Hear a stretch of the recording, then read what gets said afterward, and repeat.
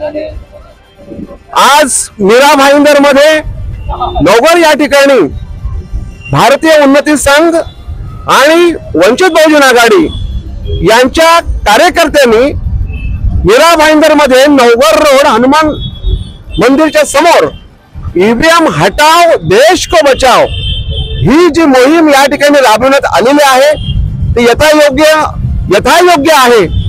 आणि मला वाटतं या ईव्हीएम मशीनचा आम्ही सगळ्यांनी जाहीर निषेध केलेला आहे। भारत देशामध्ये यापूर्वी बॅलेट पेपरवरती इलेक्शन व्हायचं, त्याच्यामुळे अतिशय पारदर्शक रिझल्ट बघायला मिळायचा, परंतु कालांतराने 2004 मध्ये मला वाटतं ईव्हीएम मशीन आली आणि त्या ईव्हीएम मशीनमुळे याच्यामध्ये रिझल्ट मध्ये परिणाम होण्याची शक्यता दिसून येते।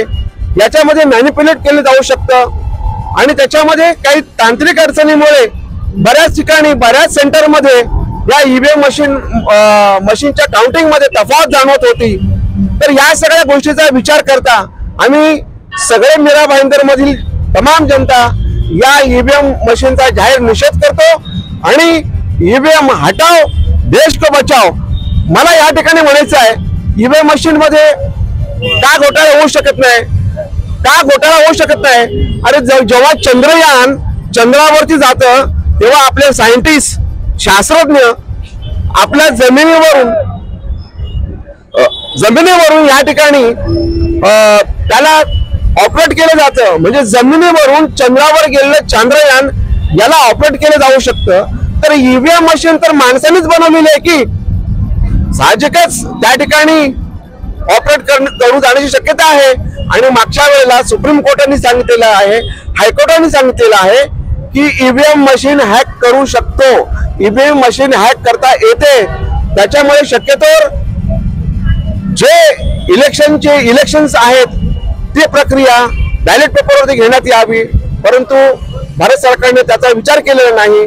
तर मला असं म्हणायचं आहे, या भारत देशात मध्ये जे सरकार आहे त्याला सुद्धा मला विनंती करायची आहे की यापुढे जे इलेक्शन होईल ते बॅलेट पेपरवरती झालं पाहिजे, अशी आमच्या तमाम मीरा भाईंदर मधील शिवाय आमच्या भारतीयांची नागरिकांची ही मागणी आहे।